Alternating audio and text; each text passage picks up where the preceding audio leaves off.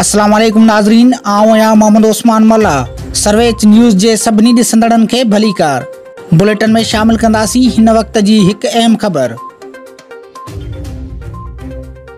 सकरन जे मलापाड़े में 2 ॾींहं अॻु बेदर्दीअ सां शहीद कयल 4 वरनि जे ॿारड़े सिराज मला जे क़त्ल जो पुलिस मूजिब 2 बासिंदड़ शहीद सिराज मला जे 2 पुफियुनि शुमाइला मला ऐं अज़ीज़ा मला खे अॼु छंछर ॾींहुं सख़्त पुलिस पहिरे हेठि नवाब शाह वुमेन थाणे खां सकरन में जुडिशनल मजिस्ट्रेट 1 जस्टिस गुलाम फैज़ साजिद जे अदालत में रिमांड लाइ पेश कयो वियो, जंहिंखां पोइ अदालत सगोरी 1 ॾींहं जो रिमांड ॾींदे ॿिन्ही औरतुनि खे ॿीहर सूमर ॾियारे पेश करण जो हुकुम जारी कयो आहे।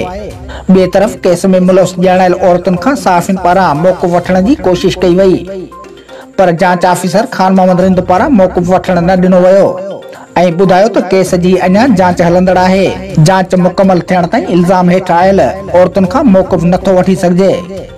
होॾां शहीद सिराज जे तॾे ते संदसि वालिद अलहदाद मला सां ताज़ियत जो सिलसिलो हलंदड़ आहे।